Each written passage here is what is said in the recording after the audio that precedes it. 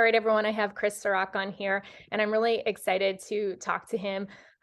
He is a yoga instructor, meditation teacher, an author, a retreat host, and just really talks about being mindful. And I know that some people, when they hear the word mindfulness, get a little turned away. I know that I've been one of those people before.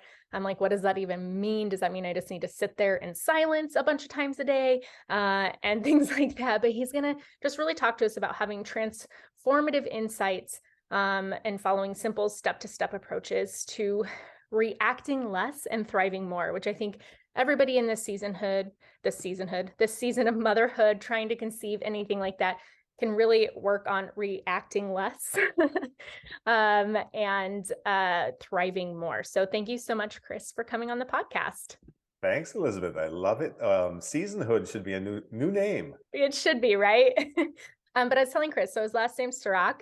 And I'm like, man, like the vodka, we were talking about that right before the podcast. And I actually used to work at clubs in Vegas. So I remember when that came out, it was like huge, especially for people who were like, oh, it's gluten-free. It's like all these different things. And there's all these different flavors. And I'm like, right, but it's still alcohol, right? Like I've been on this thing lately where it just blows my mind that alcohol is this socially acceptable drug that it's like fine, like you go out, it's almost like if you go out with friends and you don't have a drink, they're like, what's wrong, but yet there's other things that aren't socially acceptable that have way less side effects on your body. So looking back to my former life in Vegas, I'm like, oh man. That's awesome. I've been the last few weekends actually. I've been at conventions and speaking in Las Vegas. I have noticed an uptick in the interest in non-alcoholic drinks, mocktails. Yeah. A lot of just just even hard cider that's just less has less content, alcoholic content. So there's an evolution to everything, and I think as consciousness sets in, there's more awareness around these things and how to enjoy them mindfully is the Yeah. topic today, I guess. Right. And Well, and that was like a complete like side note. Like we're not going to be talking about alcohol or drugs on today's podcast. But I would love to talk to you about how you got into all of this, just to start out, because usually people who enter into some sort of like self-help, self-work thing kind of have a journey of their own that brought them there. mm. Yeah, and I think mine is not one of hitting rock bottom. Mine is more one of kind of doing the things that you're supposed to do, and then realizing something's still missing. Mm-hmm. And I was a 25 plus year consultant in advertising media, as we talked about. I actually worked on that Cirak campaign, um, and and it's ultimately coming to the conclusion that it's not what you do, it's how you do it. So you could be doing the most amazing activities in the world, and if you're not present, if you're not mindful with the doing, with the activity, it will leave you unfulfilled. And so that you call it midlife crisis or whatever it is.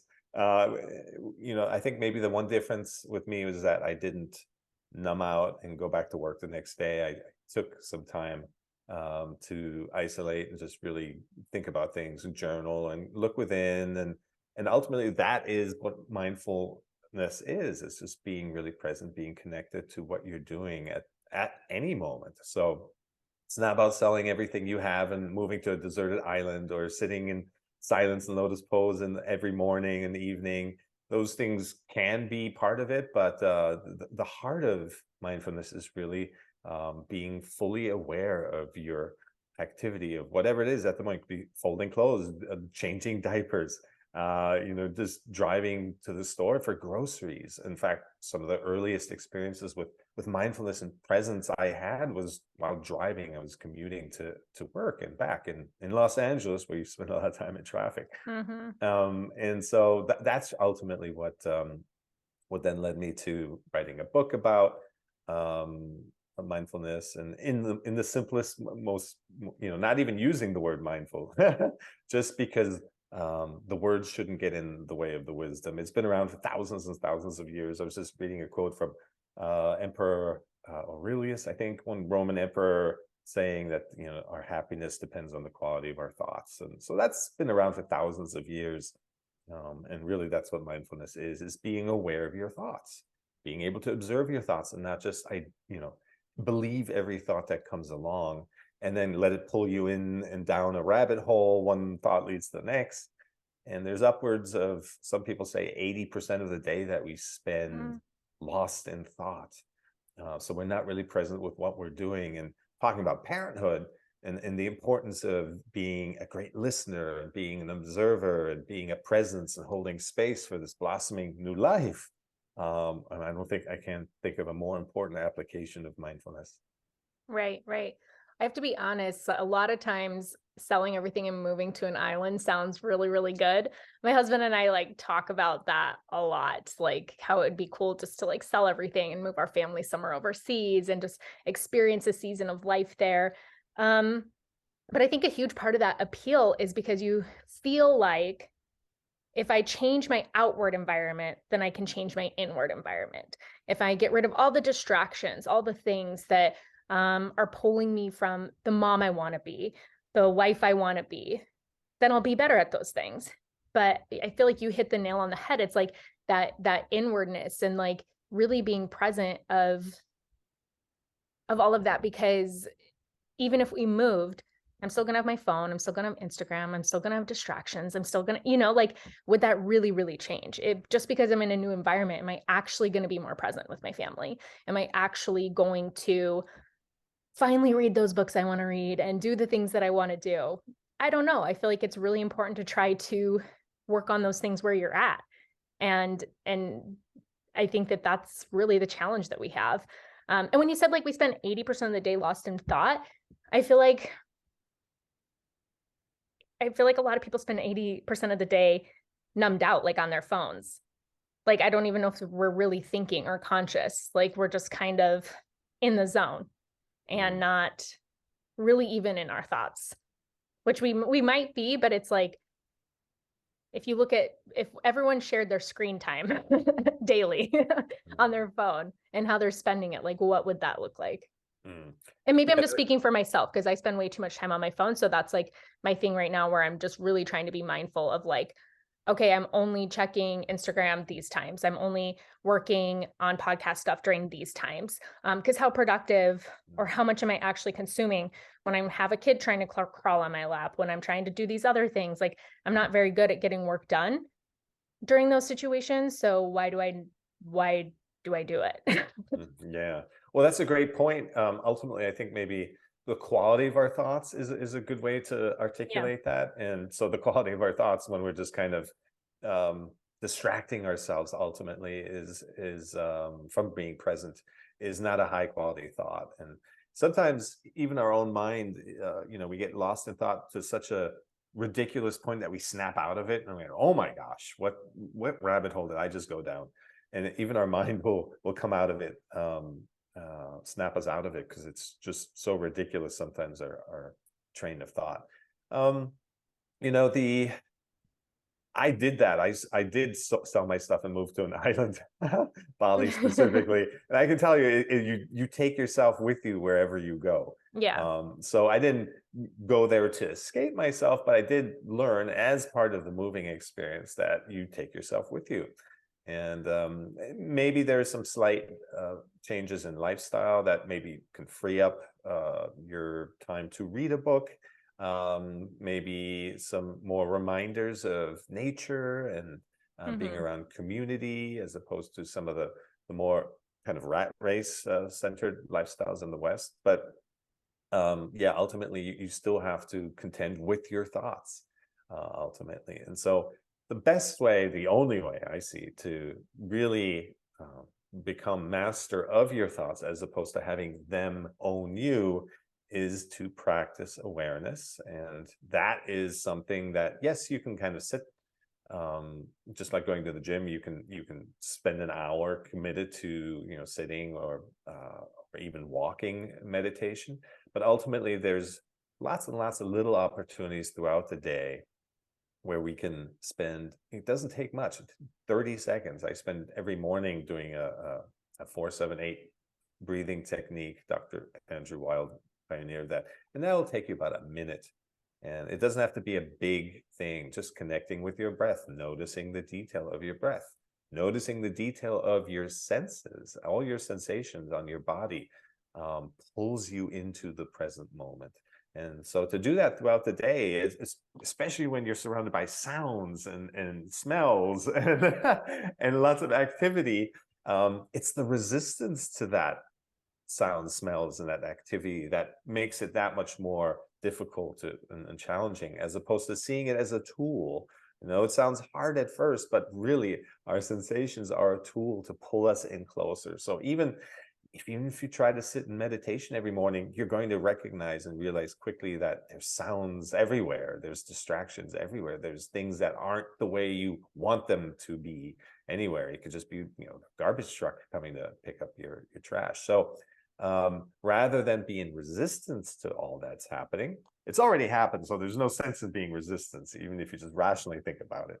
But from a practical standpoint, is to use all those sensations as an opportunity to deepen into presence.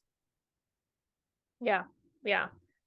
I love that, because like when you were talking about, like, even if you got up and meditated every morning, and I was just picturing kind of what that would look like for me. And I feel like you do feel that you need to be go, go, go. And it's not even, I feel like I need to be go, go, go physically, but I'm like, that's not true. Because how many times do I just like sit down and scroll on my phone? It's more that the mind, like keeping your mind active, keeping your mind entertained. And I feel like we exhaust ourselves so much with this, like having an overactive mind. So learning to quiet it, which can be challenging in any season of life, but particularly pertaining to this, there is kind of that mental load of, what am I cooking for dinner? What am I, oh yeah, we ran out of diapers. Oh yeah, I need to get this out. It's this constant ever going list of things that you have up here that you're constantly thinking of. I've found that writing things down right when I think of them helps me. Like I just have an ongoing grocery shopping list in my phone. So when I'm like, oh yeah, we need this, then I just write it down right away, because then later I'm trying to think of, like it'll keep popping up until I write it down. But it can be really tough, that mental load of motherhood, of what am I making the kids for breakfast? What am I making them for lunch? Oh, they want a snack. Oh, they want another snack. Oh, like we're gonna go to the park and play. Now I need to prep dinner. And I know everybody's busy, right? It doesn't just pertain to motherhood. But I also feel like when you're at a job that you can go to, kind of decisions are being made for you. Like, I need to finish this project. I have this thing done. And when you're staying at home, you're kind of your own boss, which can be tough, but you have to somehow be organized in a way to where it's not taking up all of this mental space.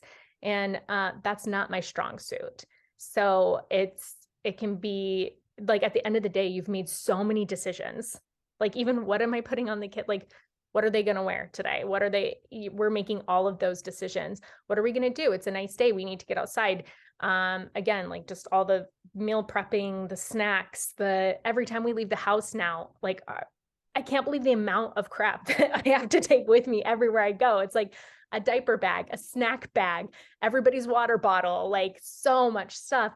And so like my husband, we had a couple of birthday parties this week, and he's in the car waiting for me, and I'm running to the car, and I'm like, oh wait, I got to go get their water bottles. Oh wait, I didn't grab a pull-up for Jovi. Oh wait, one shoe is missing. Like, you know what I mean? Like, you're just constantly like, it feels like this rat race, and it's exhausting. Yeah. And so I feel like trying to find those pockets of mindfulness could be so beneficial. Yeah. So in the things you mentioned, I think it's important to recognize our feelings and emotions that come up as a result of these situations that we find ourselves in, and then our reaction to those feelings. So you may notice that you forgot the water bottle, or that a shoe is missing. And it brings up a certain feeling of like, okay, I need to go back and it's here or there, and so forth.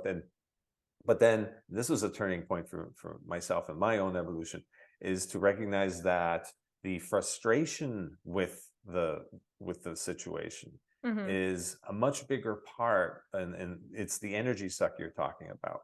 Our capacity is so much greater than we really think, because we spend a lot of time lingering on thoughts and feelings. Meaning, the moment you recognize the shoe is missing, or the moment you recognize you have to go back to get something, you just stay with that activity, as opposed to, as you were describing, not only being frustrated with this thought in this moment, but then already the mind is racing to the next one, and after that, and after that, and after that.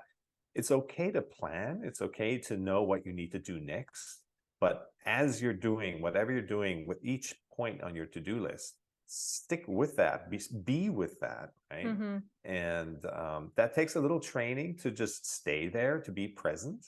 But it doesn't take a whole lot. So we live in a world that is designed to elicit a reaction from us. So our minds are conditioned to constantly react and believe in true and false and right and wrong. I mean, how much of, especially first-time parents, is like, am I doing this the right way, or what should I be doing? And a lot of pressure and added noise is part of the experience there.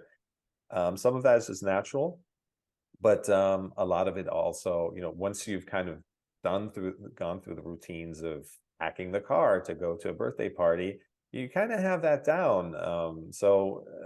You don't have to wonder so much anymore about the unknowns, and then it's really about just staying present with each activity. And I have an example from my mom, um, not directly related to parenting, but it's a similar situation, in that after her heart bypass surgery, she was feeling overwhelmed by the thought of travel.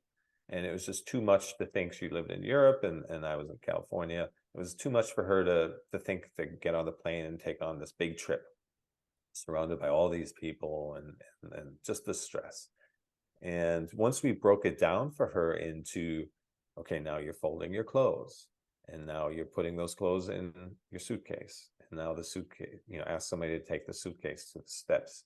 And then you're going down the steps, and then you're sitting in the car. And now you're on, looking out at nature, and breaking down this big, overwhelming thought of what you have to do today, in the case of parenting, down to the actual steps. Most of those, once you begin, you can stay present with them. You don't have to keep jumping to what's next and what's next. In fact, the more quality of attention we give to the task at hand, the more efficiently and effectively we actually complete it. And especially when we're in the presence of people, especially young ones, that quality of attention is just fundamental to their feeling seen and heard, to them feeling like they're safe, to them feeling like they have an environment where they're able to unfold and experiment and play and be curious and not feel judged. And I mean, it's endless, right? Because and much of that is what then the neglect of which is a lot of the stuff that we then carry into adulthood. And some of that is unavoidable. It's, again, not to say that there's such thing as being a perfect parent. You can be a little baby, and in that moment where you need a hug, your mom at the grocery market is turning to get something from the other aisle, and boom, you feel abandoned, right? The little kid feels abandoned, and then that becomes an issue later on. But so we do the best we can. Those things are going to happen. And that's part of our journey as well, is to work through that as part of our deepening later on, as part of our mindfulness practice, is noticing, oh, I feel triggered right now. Again, it's the Mhm. noticing, the awareness Yeah. muscle that we're really trying to build here. Yeah. Right, right, right. Um, yeah, I feel like, so another thing that kind of came up when you were talking is something, a word, I guess, that we've heard a lot more. I'd say for myself, I've heard just so much more, like in the last decade, is anxiety. It seems like everybody has anxiety. These tasks can seem overwhelming. They get anxious. They have social anxiety. They have all these different things. And each season brings up its own thing. Um, I don't deny that anxiety is a real thing. I do think that word's overused a lot. And I do also think that motherhood can bring up a whole new set. So before I became a mom, never an anxious person. I I was thinking about it when you said I did move to an island and whatever. And I'm like, oh, I actually quit my job, booked a one-way ticket and traveled for 6 months when I was 26 and loved it, you know? And then the next year I took a job in Africa for 6 months. Like I did a lot of that escaping before I met my husband. And I just didn't have a care in the world, I feel like, before then. Just always a very easygoing person. Had my first daughter, crazy, like intrusive thoughts, anxiety. Like I had never been responsible for anyone except for myself. And how old was I when I had her? 33. And I just, that was hard for me. I'm like, oh wait, anxiety like is a real thing. Cause I have people in my life that have really struggled with anxiety and it's always been really hard for me to relate to them. It still is because I don't have like that train of thought. For me, my anxiousness comes around like my kids, and how I'm their protector, like if, and you know, just things like that. And that's kind of like an extreme example. Just like in general, people have anxieties and fears. And I feel like we just live in this culture right now that's instilling that. Like everywhere that you look, you're getting bad news. And so we really have to like protect that mental space. But I think that kind of like takes us out of mindfulness, right? Like it got to a point with my daughter where it was affecting my quality of life. And that's where I was like, okay, I need to like figure this out because I was scared to do anything with her. And eventually got over that. And with my second, it was like way, way better. But we do have now, especially in our social climate, like these anxieties and fears that are affecting our quality of life. Like we're scared to live our lives. We're scared to I think even to like fully be ourselves, to go for our dreams, whatever it is. And how do we deal with that? In especially like I've said 100 times now in this like culture in this climate, just really working on diminishing anxiety and fears. Yeah.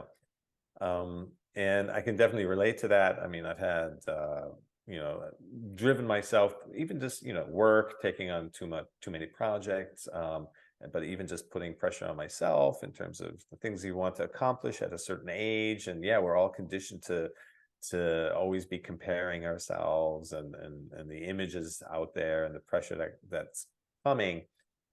It does create the sense of anxiousness and fear. And but one thing to notice with that as well is, besides the practical things that we can do, there is a way to, you know, not consume so much news. There is a way to surround yourself with people who are, you know, equal or elevating in the sense of creating space and being able to listen and not feel judged. And so there are some things we can do to arrange our day in a way that it's consuming less of that, and some controls, parental controls, especially for kids and their devices. But then it's again, it's noticing those thoughts, those anxious thoughts, and being aware when they arise. That is half the battle. When we identify with the thoughts, any type of thought, but especially an anxious thought comes along. I have anxious thoughts, so you could be meditating for 20 years and you'll still have anxious thoughts. But the difference is you have the ability to say, yep, that's an anxious thought, no thank you, and let it Yeah. go, as opposed to one that is beneficial and feels right and is telling you something about yourself and is pointing into a direction of way to take your life, and you go, yeah, that one resonates, and that's a thought, I'll go with it. So it's not about stopping thoughts, anxious thoughts, or any thought. Mindfulness is about being aware of the thoughts, because it's the identification with those thoughts that then that's where we get into trouble. It's stressful, it's ongoing, it's never ending, the stream of thoughts. And if we believe every thought that comes along and let it take us down a rabbit hole, and then one thought leads to the next and the next and the next, then that's really most of our stress. And the other part that I can point to is maybe you know, learning to trust that you will respond to a situation accurately, and in fact the best way is to respond to a situation as opposed to trying to anticipate it. Mm-hmm. You know, trying to plan and make sure you have every possible permutation of how a situation could ever unfold, that you just plan ahead and somehow be prepared for that. That's not really how life works. First of all, you can't anticipate the future. You're trying to predict the future ultimately, and that's just not a good ratio of success right there. It's really learning to trust yourself that when the situation arises, that you then can act accordingly, or you respond to seeing what's there, not being in resistance to what you want the situation to be or what you expected it to be, because ultimately that's what all that planning, anticipation really leads to, is having an expectation, a mental picture of what a situation should be, and then it shows up and it's different, and then we're stressed out and anxious that it's not what we want it to be, and we're not prepared, and now what do we do? And so that's all living through the mental lens. So it's really learning to come out of trying to anticipate and plan out your life and every situation in your day-to-day, and just let it arrive, observe what's there, and then act accordingly. And most important part is not linger on what just happened and you wanted it to be different this way or that way. It's and again, the lingering is just thoughts, right? And being aware of those thoughts again. Every time I get on stage, I get off and I'll have thoughts about, oh, I could have said this differently or this different. It's okay to have those thoughts. It's just the awareness of the thoughts that makes the difference. Yeah, that makes sense. I know with anxiety, like a couple things that always helped me was like my spiritual practice, and like just like the verses that talk about do not be anxious about anything and tomorrow's going to take care of itself, and just really reminding myself, like, by having this thought, like, how is that serving me? Like, it's just creating more anxiety. It's creating these feelings that I don't want to have, when it's doing nothing about the problem. It's doing nothing about like the actual situation. Like you said, it's a made up thing. Like, I don't even know how tomorrow's going to play out. So it's like this made up worry in my mind that's not serving me at all. Except for taking up that mental space and causing mental exhaustion and feeding into that whole rabbit hole again. But it is easy. I get it. Like, I don't know what the world was like 100 years ago or 50 years ago, but just even in my lifetime, I just feel like I've seen those shifts, like even in the older generation, right? Like my husband always says, he's like, people over a certain age should not have social media, just because we've seen like our parents on there and stuff, and we're like, just get off, like, just different things like that. So you see how it's like affecting older generations. When your grandma is over at your house hanging out, and instead of being present with her grandkids, she's like on Instagram, and things like that. So you just see how it's affecting, and I mean, that's just talking about social media, but just how these things that we let kind of come into our mind, and like, why is it taking up so much space? So I'd love to kind of talk about, like, I know you talk about, once you peel those layers back, like finding your authentic self, and being able to like truly live in that love, that peace. And I think that that's genuinely what people long for, but you end up doing the things that you don't want to do, right? Like, how many times are people like, man, I want to do this thing, and then they just sit down and do nothing, sit down, turn on Netflix, sit down and whatever. And it's like, I really could be working toward these goals. I really could be going for a walk. It's a beautiful day, taking in that, good oxygen and connecting with nature. But while I'm doing that, I have to be listening to something on my phone, like, we're really not doing the things. I know that I struggle with that, like, of not doing the things I know that I want to do and the things that I know make me feel good. And instead just doing the things that make me not have to think about anything and deal with anything. But I want to feel that. I've felt that before. And I do feel that in my life. But there are still certain areas for me specifically. It's like when it comes to reaching my goals and things like that, I'm like, oh, well, I'll just, it's hard for me to like realize like the potential, or truly believe that I could do the things that I want to do. But I know that that's in there. And I know the people listening are like, yeah, I know that that's in there. How come I just do the thing that I don't want to do instead of doing the things I know I should? Yeah. Well, living through the head is difficult, and I was super head heavy at one point, and I would debate things to death, and I would overplan and overthink, and it left me depleted, and that was Mm, also part of what made me start to wake up is like, why does thinking so much and planning so much, you'd think it would lead to better execution or more success, but it actually just exhausts you. yeah. And that's just, those are the learning lessons in life. But I think ultimately it's the things that keep us present. Is uh, there's many different ways you can go for walks in nature as you're, pushing the stroller, for example. I mean, you're taking walks. If you're taking your dog out for a walk, these are activities that bring us into our body, that connect us with nature. You were mentioning past generations. I think they were more just in their day-to-day, in connection with life out there, and community, and they would stop and talk, and in that way also they're more susceptible. Now that you put a device in front of them, they just don't have a filter for that. The rest of the younger people, actually, we do have an awareness that these things are not good for us, and that they're designed to be addictive and so forth.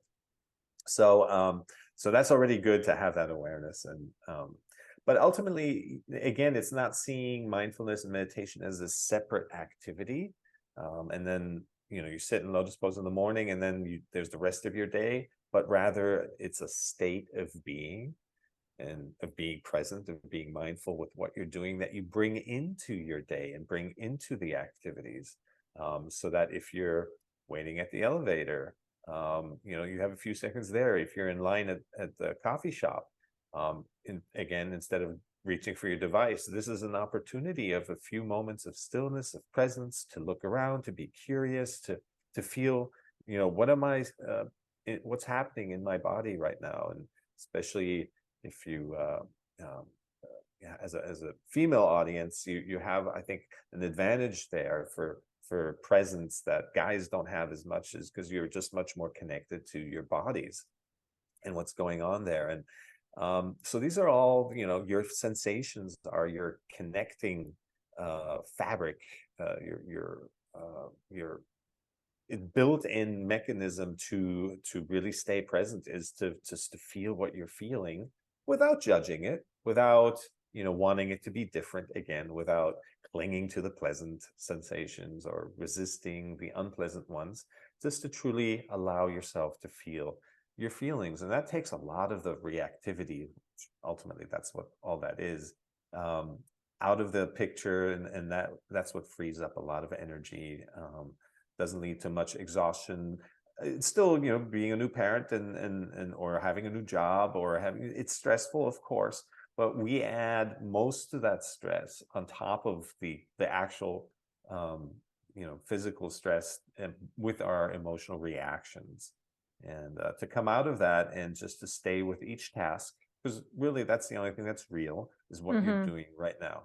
And as soon as you complete that, then you look up and you know what your next task is, based on your to-do list, or just respond to, all right, what's next? But really keeping it focused that way is what gets you through the day a lot easier, and a Mm-hmm. lot more present, and without this anxiety of what comes next. Because that's a mental aspect. That's the mind wants to know things. It's a tool designed to know things. So it's really freaked out by the unknown, which is the future, which is, what's next. And so if we live through our head, then we're always anxious. We're always looking for the next. We're never really present. We're looking for the next unknown thing, moment, to define and label and project something into. And that's just the monkey mind, right? It'll jump from one thing to the next thing, the next thing, and next thing, and the next branch, and it'll just exhaust us that way. So we have to find a way to come out of that stressful, mental, anxious place. It's really small. It's based on a handful of beliefs. It doesn't see the vastness of everything that's possible. The mind just believes what it believes, which isn't much. We can only hang on to so many beliefs, and that's a sliver of everything that's possible. So to come out of that anxious mind and really feel our body, be in our body through all the activities of cradling your baby, of pushing the stroller, of feeding the, preparing the milk, and all the different things. These activities are full of sensations. They're full of, like, you're touching, you're feeling, you're smelling, you're aware of doing, and in that doing, there you can inject a being essence of just being there with it, with the activity. And that's what mindfulness is. That's what presence is. You're ultimately, as you're pouring the milk, observe the milk, watch it, hear it splash the bottle in your one hand. However long, 7-8 seconds it takes to fill the bottle, you're with the bottle, you're with the liquid, and taking all of that in, and that is meditation right there. And so just really, there's no reason to be thinking about anything else while you're doing that. And that thinking of something else is what creates most of our anxiety. And the more present we are with the activity, the better we execute. And there's kind of a positive momentum that starts to build of, like, accomplishment. That's why the military, they make you fold your bed and your uniform in the morning. It's not based on pure doctrine. It's actual research to establish momentum for the day, little successes, and that builds a momentum where you just feel better and better, and things start to work more smoothly and work out for you.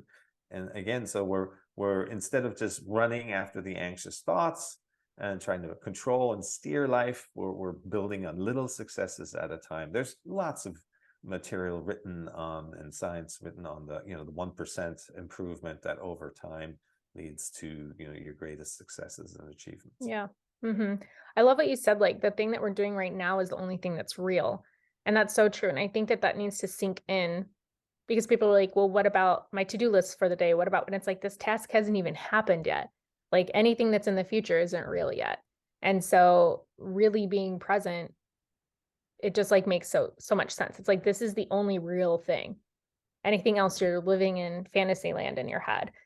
And so even though your kid's going to nap in an hour, even though like, you have this routine, it's like, okay, but we're not there yet. And you also never know how your day's going to go, like what might affect that, what might change. I feel like anytime I'm like, oh, I'm going to plan this thing during their nap today, that's like when the nap doesn't happen, right?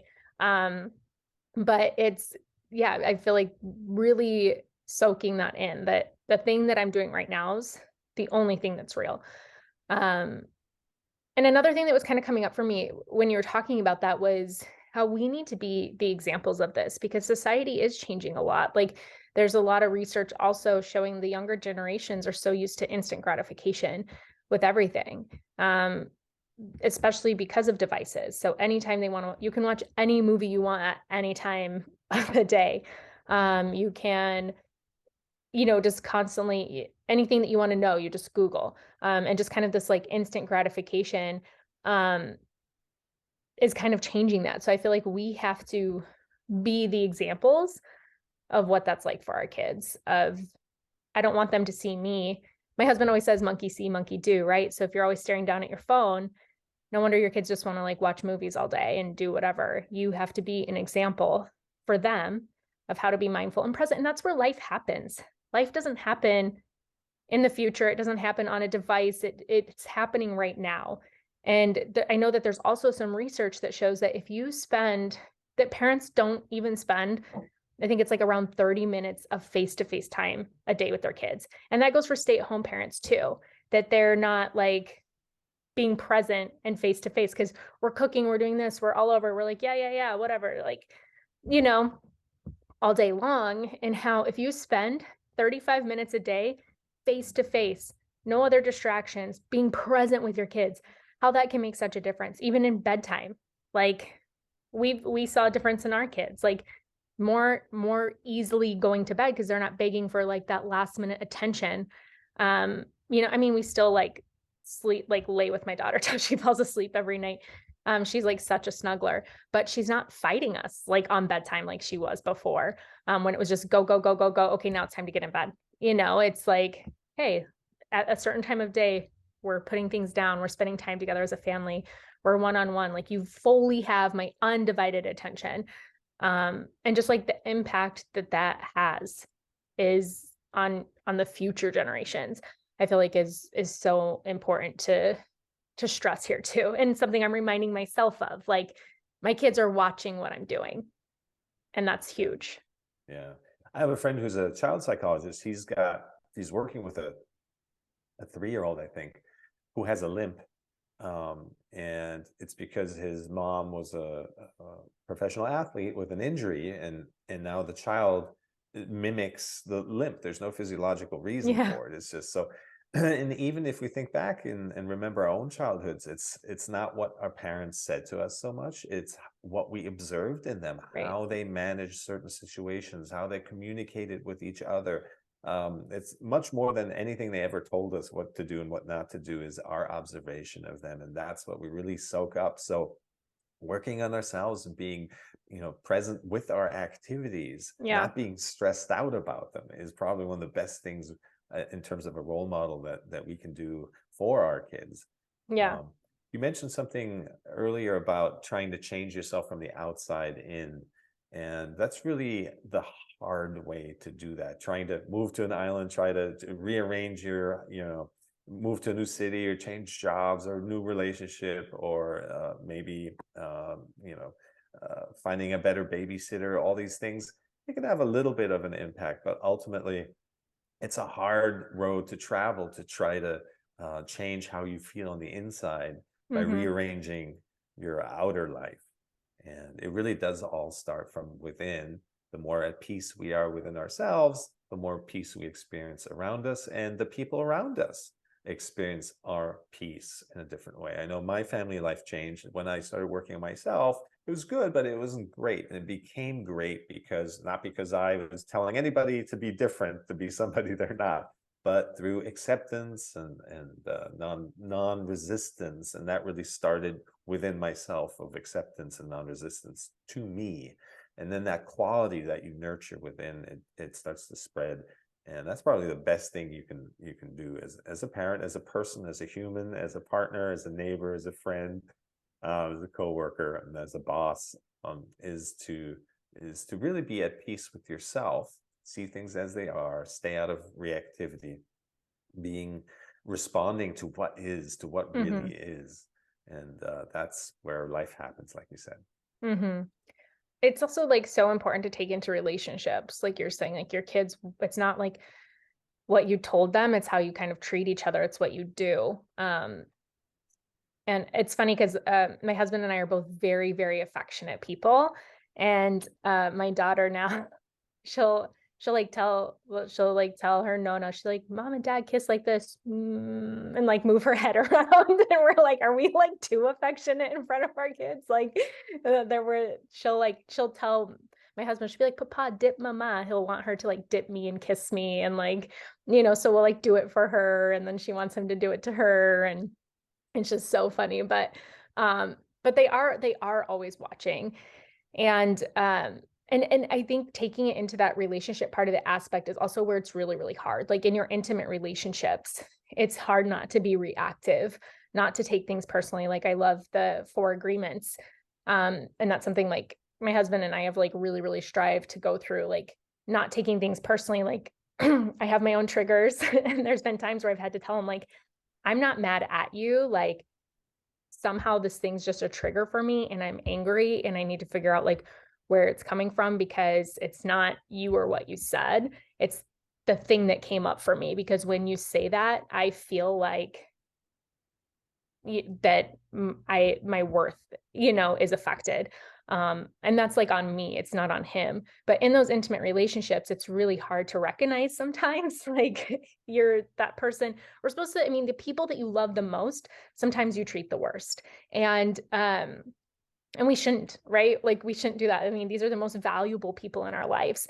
But learning how to be mindful and in the present and not reacting can be really a struggle in intimate relationships, in a marriage, in partnerships, and even with your kids, right? Like when my kid's like, no, and I'm like, excuse me, what did you just say? Like, what is that saying about me, right? And it says nothing. Like I saw this quote the other day that was really important. It was, oh man, I'm gonna butcher it. It was something about like what your kids like especially like at this age, like how they respond isn't a reflection of how how you are parenting, and how you react is a reflection of your parenting. And I think that that's so important because like my kid's 2.5. So of course she's pushing boundaries. She's testing limits right now. Like that's very, very normal. But how I'm responding is what's big. But what I'm telling myself is based on her reaction, right? Like when she's telling me, no, you do it. I'm like, I have no control over my life. I have no control as a parent. Like you can go down these spirals, but it's actually how you respond that's different. And I feel like that's also where mindfulness can like really come in. And just trying to be present and notice those triggers. Um, because it's tough. Like that season of life is tough. Intimate relationships can be tough, and it brings up a lot. And those are opportunities to really be present. Yeah.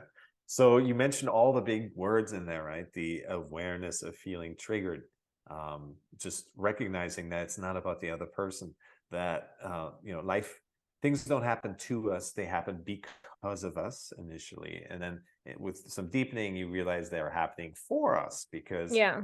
those triggers are pointing to something inside of you that needs usually love, self-care, some attention, some awareness. And so that's the design of life, ultimately, be it, the super accelerator of intimate relationships or parenting. But every situation, we're feeling triggered for a reason. And the next person right next to us may not feel triggered, and they have their own set of internal makeup. So the fact that you're noticing, I feel triggered, being able to communicate that out, that's huge.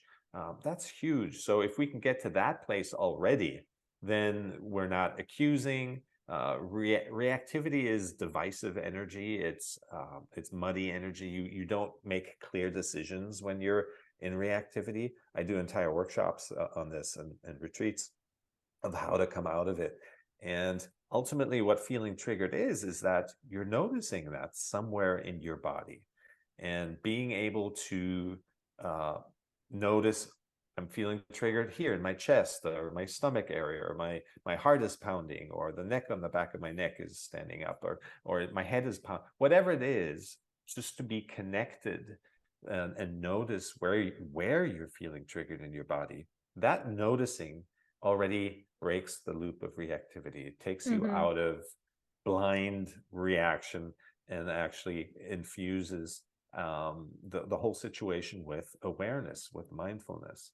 And then from there, of course, there's improvement as possible, to the point where you're just allowing all feelings to come and go, arise and pass, because that's what they do. If we don't react to them, every thought that comes along will also leave you. Every feeling that arises from any situation will also pass, as long as we don't react to them. And Mm-hmm. the improvement, it's not an on and off switch reactivity, but if you just improve 1%, 3%, 5%, it makes a noticeable difference in the quality of your life, in your relationships, and how you experience your day to day. So Right, right. everything you mentioned, that's the secret. And we just have to practice it a little more. Right. Practicing. I feel like in those situations, you want to just be able to respond right away. And that's also, like you said, we're blind, like just kind of blindness, instead of sitting and being like, okay, like what's going on? Like it doesn't have to be like an argument with my husband isn't like boom, boom, boom, boom, boom. It's like, okay. Like thinking about it, then like responding and trying to figure out what's going on. Um, what you were saying, like when you were kind of like letting the thoughts like flow, really made me think of the book, The Untethered Soul. Have you read that? I have, I'm yes. sure you have. I actually read that on our honeymoon, and it was so good because, well, my husband and I had like, we're both certified life coaches, and that's how we met. So we had done like a lot of self work before then, but I mean, the work is never done, right? And of course, like marriage is a whole new chapter. I've never been married before. Um, never combined finances with somebody before, never just a lot of new firsts and things like that. So of course, like different things are going to be coming up. But that book, so for people listening, like that book is really, really awesome because it really helps you. I should reread it, like helps you see that like these things that are coming and going, they're not you. Like these things don't define you. You can have a thought and then it goes away. That thought is not you. That emotion is not you. And I think that that's like really important too. And in motherhood, like you just hear, I mean, all the accounts and stuff I follow on Instagram, it's everything's, I work as a birth doula. So everything's like pregnancy, birth, and then motherhood. And I think that it's really great that we're having these conversations about like the motherhood mental load and how sometimes like self-care, real feelings that are going on.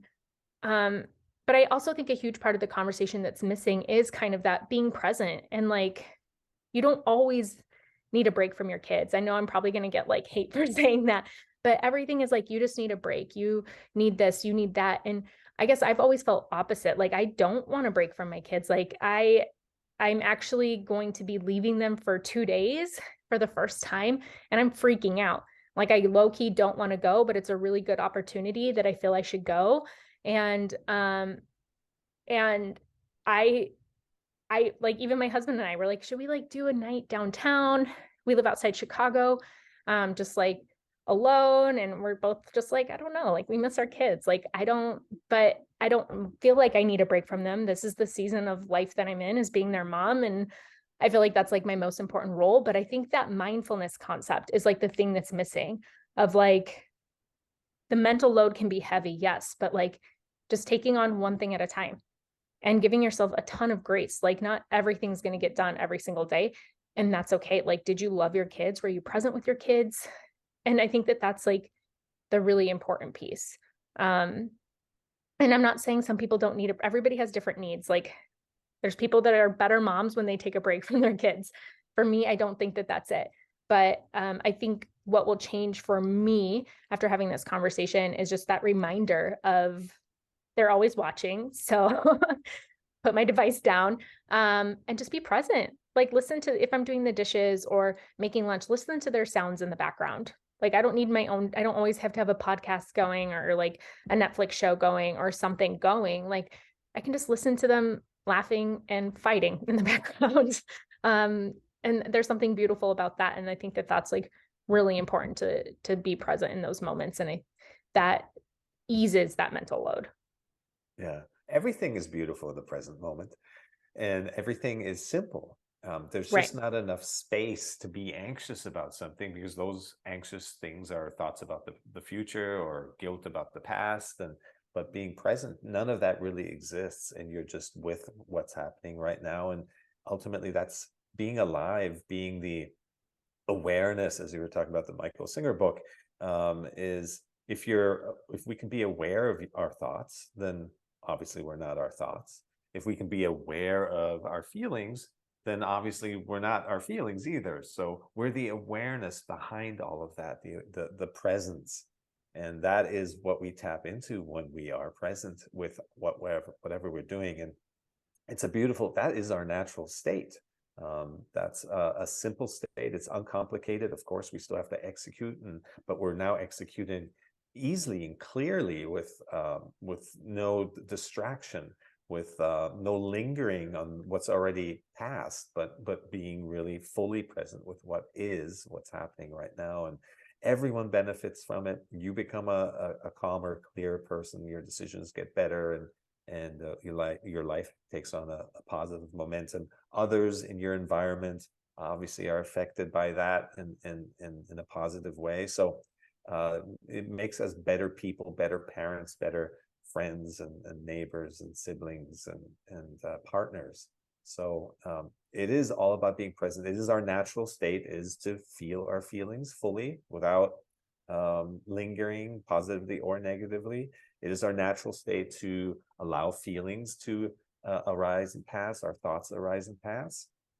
And I can tell by, the quality of your attention, for example, in this interview, in this talk, it's creating a safe space for the conversation to unfold, to let it go wherever it needs to go. There's a deeper magic and essence of life unfolding that is happening when we're present. It's not just for efficiency's sake. It's not just to not lose our minds, but it's to really allow life to unfold and be a participant in the unfolding and be a facilitator of the unfolding, is to look forward to the next moment, not always be racing and feeling like Hmm. you can't get it all done and you're running out of time. And all of this is kind of again the mental anxious state, but being really present, being in your body, it brings a quality of life into focus that cannot be achieved in any other way. Hmm. Yeah. And it just makes me think too, like, especially in motherhood, because that's the season that I'm in, just when I stop and I'm present with my kids, like, they are the best. Like, the joy, you like watching them experience like pure joy over something like eating blueberries, like watching them just be so excited to like splash in the water outside instead of just like setting it up and being like, okay, get out of my hair so I can like get stuff done. Which I definitely do. I'm like, okay, I just need to like prep dinner without you asking for something every 2 seconds. But it's like when you stop and you're like watching my 2.5-year-old like experience life is so cool. Um, and she just like her thing right now, she says everything's magical. She'll be like, yeah, it's so magical. And I'm like, you're right. I'm like, it is so magical. Like we played at the park and it was magical. And it's just like so cool, like experiencing life through her eyes. And I don't want to miss that.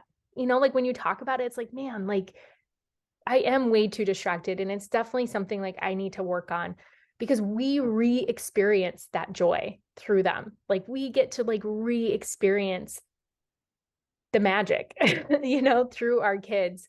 And it's such a great opportunity and we don't want to miss it. Like I know that I don't, and I need to be so much better at like, okay, I'm only working this time to this time, and I don't need my phone during those other times, and I don't need something on in the background always. Like it's so important. And like I said, this message is like for myself because it's something I really want to work on, and it's really something that I don't want to miss because they're only, it goes like this, right? It goes like this, and then they're older, so it's, you only have today. You don't want to Yeah. miss it. Yeah. And a lot of that distraction, that need to reach for the phone and or to have something playing in the background, it is, again, it's the discomfort with the unknown, which is a Mm-hmm. mental facet, right? If we're just in our head so much, then we feel more and more and more lost in the space of distractions, of not being comfortable with just allowing life to be and enjoying the moment. But it's, again, the mind is, it's designed to know, it's a tool, but we should be using it and not have it dictate how we Right. feel. Right. Absolutely. Before we wrap up, will you tell us a little bit about your book and then where people can find, follow you, and connect with you at? Absolutely. So my book is called Be You, The Journey of Self-Realization. You can find it on Amazon and Barnes and Noble and Audible and everywhere where books are sold. And it's really wisdom without the woo-woo. In my journey, I needed something that was easier to digest and understand. And I didn't need to read the whole book, but I could just jump into chapters that were, whatever I was dealing with. So that's what the book is about. And you can find me everywhere on social media at Chris Cirak, and at my website, cirak.com. That's CIRAK.com. Awesome. And I will have all of that linked in the show notes, so it'll be really easy for the listeners to find you. I just want to thank you so much for your time and energy and for coming on the podcast. Before we wrap up, so the podcast is called Morning Java. So I'd like to ask people how they take their morning Java if you drink coffee. I don't drink coffee, but I pour myself a glass of water.